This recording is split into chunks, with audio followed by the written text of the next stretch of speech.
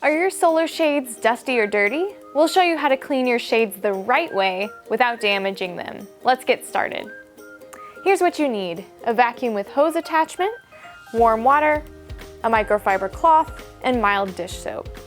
Solar shades are made with vinyl-coated fibers, so they can be wiped down with warm soapy water for cleaning.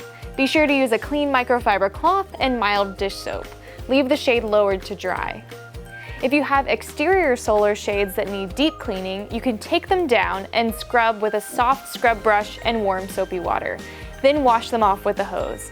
Be careful to keep the fabric flat and uncrumpled.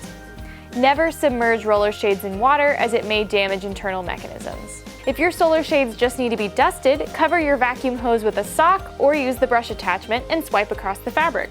Support the fabric from the back to prevent it from being crumpled or sucked into the hose. Have more questions? Call us at 800-505-1905 to speak to a Blinds.com expert about your issue.